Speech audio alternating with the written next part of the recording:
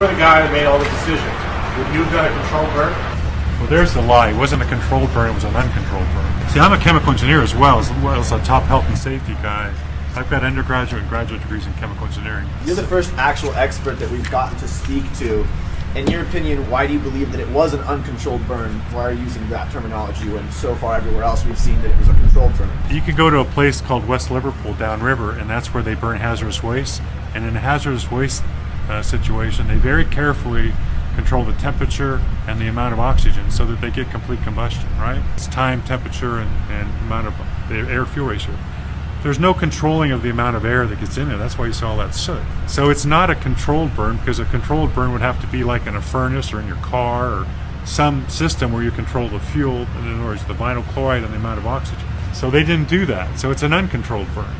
One of the worst ways to determine exposure in general is to smell it, because if you smell the odor, guess what? You're already exposed, right?